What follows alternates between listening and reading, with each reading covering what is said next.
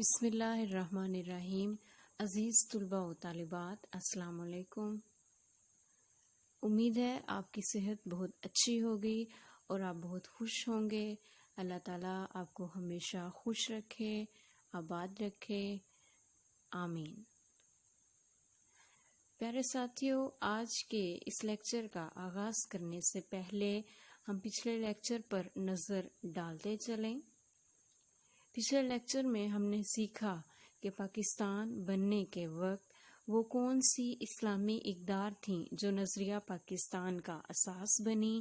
ان اسلامی اقدار کی تفصیل میں ہم نے اخوت و بھائی چارہ اور شہریوں کے حقوق و فرائض جانے، جس میں ہمیں یہ جاننے کا موقع ملا کہ جب مدینہ منورہ میں اسلامی حکومت بنی تو اس میں مسلمانوں کے پیارے نبی حضرت محمد صلی اللہ علیہ وآلہ وسلم نے اخوت و بھائی چارے کے رشتے میں تمام مسلمانوں کو باندھ دیا، جس کی مثال تاریخ میں کہیں نہیں ملتی۔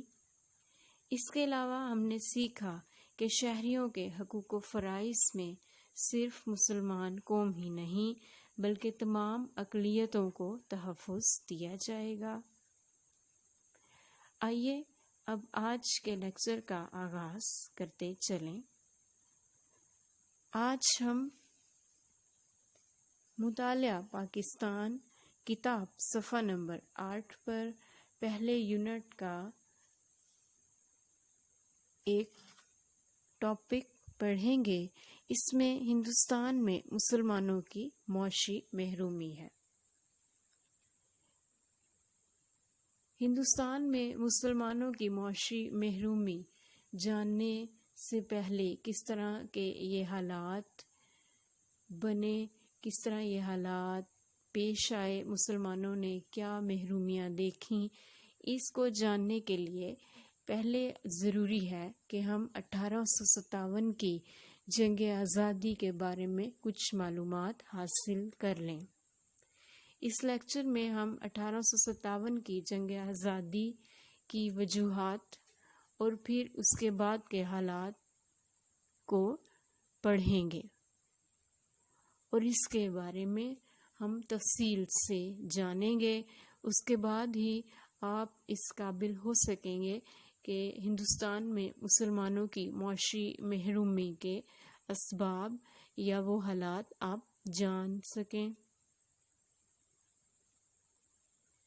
سراج الدولہ کی شہادت سن 1757 میں ہوئی اور اس کے بعد سلطان فتح علی ٹیپو یعنی ٹیپو سلطان کی شہادت سن 1799 میں ہوئی۔ اس کے بعد مسلمان بہت کمزور ہو گئے اور تقریباً پورے بر صغیر پر یعنی بر صغیر پاک و ہند پر جہاں پر مسلمان اور ہندو دونوں آباد تھے، اس علاقے پر انگریزوں کا قبضہ ہو چکا تھا اور 1857 میں دلی پر بھی انگریزوں کا قبضہ ہو گیا۔ دلی پر قبضہ ہونے کے بعد ہندوستان کے ہندوؤں اور مسلمانوں نے ایک بار پھر سے کوشش کی کہ انگریزوں کے تسلط سے آزادی حاصل کی جائے۔ اس کی شروعات ایک چھاؤنی سے ہوئی تھی۔ چھاؤنی کا مطلب لشکرگاہ، سپاہیوں کی بارکیں یا کیمپ ہے۔ ایک چھاؤنی سے اس جنگ کا آغاز ہوا۔ اس کی وجہ یہ بنی کہ ایک کارتوس سلطنت برطانیہ سے آئے تھے اور وہ ہندوستان کی افواج میں دیے گئے۔ اس فوج میں مسلمان اور ہندو دونوں بھرتی کیے گئے تھے، یعنی اس لشکرگاہ میں ہندو بھی تھے، مسلمان بھی تھے اور انگریز بھی تھے۔ اس کارتوس کی شکل یا شیپ اس قسم کی تھی کہ اس کے اوپر گائے کی چربی بھی لگی ہوئی تھی اور اس کے اوپر سور کی چربی بھی لگی ہوئی تھی۔ ایک ہاتھ میں جو سپاہی یا فوجی ہوتا تھا وہ بندوق پکڑتا تھا اور دوسرے ہاتھ سے وہ کارتوس نکال کر اپنے دانتوں سے کھولتا تھا اور بندوق کے اندر لوڈ کرتا تھا یا ڈالتا تھا۔ ہندوؤں نے اس کارتوس کو چلانے سے انکار کیا کیونکہ اس کے اوپر گائے کی چربی لگی ہوئی تھی۔ ہندوؤں کے نزدیک گائے بہت معتبر ہے، وہ اس کو ماں کا درجہ دیتے ہیں۔ اور مسلمانوں نے بھی اس کارتوس کو چلانے سے انکار کر دیا۔ اس کی وجہ یہ تھی کہ اس کے اندر سور کی چربی لگی ہوئی تھی۔ اس لیے مسلمان چونکہ سور کو حرام سمجھتے ہیں اور دانتوں میں چبانا بہت ہی معیوب یا برا سمجھتے تھے، اس لیے انہوں نے بھی اس کارتوس کو چلانے سے انکار کر دیا۔ آپ کی معلومات کے لیے کچھ طلبہ و طالبات اگر کارتوس کے بارے میں نہیں جانتے تو کارتوس ایک ایسی بارود بھری گولی ہے جو بندوق میں لوڈ کر کے یا بھر کر چلائی جاتی ہے۔ اس کے بعد جب ہندوؤں نے اور مسلمانوں نے اس کارتوس کو چلانے سے انکار کر دیا تو انگریز اس بات سے بہت ناراض ہوئے اور انہوں نے ان ہندوؤں اور مسلمانوں کو گرفتار کر لیا۔ گرفتار کرنے کے بعد ان ہندوؤں اور مسلمانوں پر جسمانی تشدد کیا گیا اور ان کو پھانسی دے دی گئی۔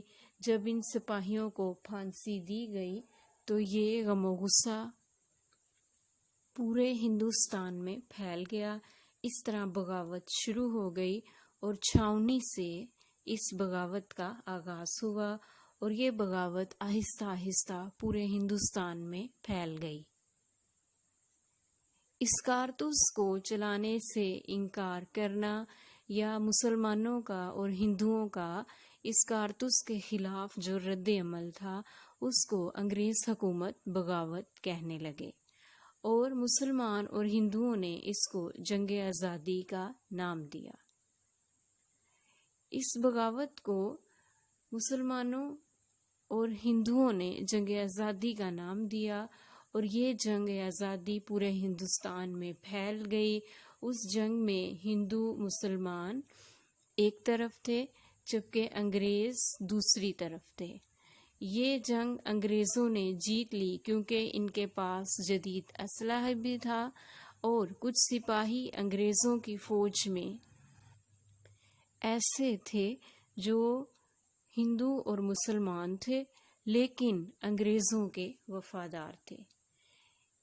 ان سپاہیوں نے مسلمان قوم اور ہندو قوم کے ساتھ غداری کی اور انگریزوں کے ساتھ مل کر ایسی چالیں چلیں جس سے انگریز آسانی کے ساتھ جنگ جیتنے میں کامیاب ہو گئے۔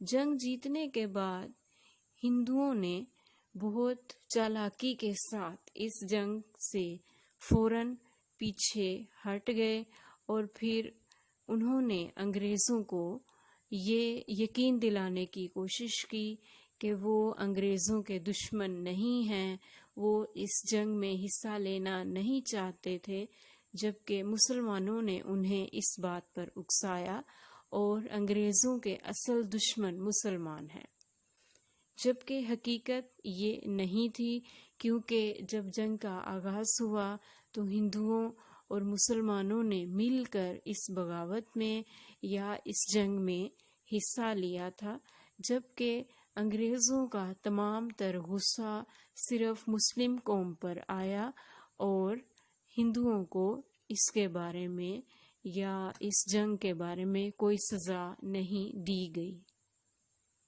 جی پیارے ساتھیو، آج کے اس لیکچر میں اتنا جاننا کافی ہوگا کہ 1857 کی جنگ کا آغاز کہاں سے ہوا، اس کے کیا اسباب تھے اور اس کے بعد کیا حالات پیدا ہوئے جس کے نتائج مسلمانوں کو بھگتنا پڑے۔ اور امید ہے آپ کو اس لیکچر کی بہت اچھی طرح سمجھ آ گئی ہوگی۔ دوسروں کے ساتھ اس لیکچر کو شیئر کریں، اپنا بہت خیال رکھیں۔ شکریہ، اللہ حافظ۔